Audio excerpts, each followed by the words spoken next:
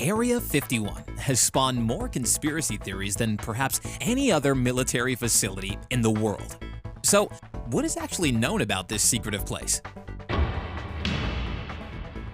Area 51 is a U.S. Air Force military installation located at Groom Lake in southern Nevada. It's not accessible to the public and under 24-hour surveillance. Area 51 employees reach the facility by way of airplane. They fly in and out of a restricted terminal at McCarran International Airport on one of several unmarked planes permitted to fly through the airspace above.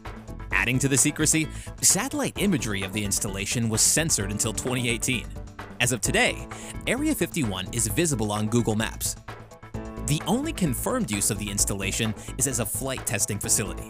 During World War II, the U.S. Army Air Corps used the site as an aerial gunnery range.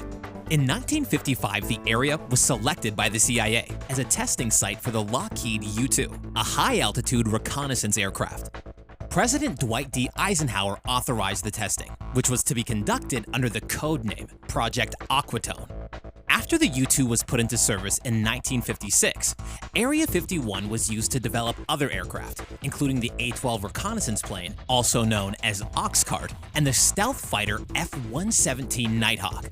On June 25, 2013, the CIA approved the release of declassified documents chronicling the history of the U-2 and Oxcart programs in response to a Freedom of Information Act request.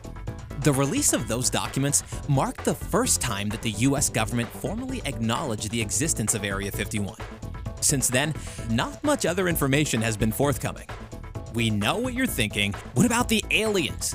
Many people have reported seeing unidentified flying objects in or near Area 51. And the popular image of the place is a secret site for extraterrestrial research. How did that come about? In 1989, a man named Robert Lazar claimed he worked on extraterrestrial technology inside Area 51.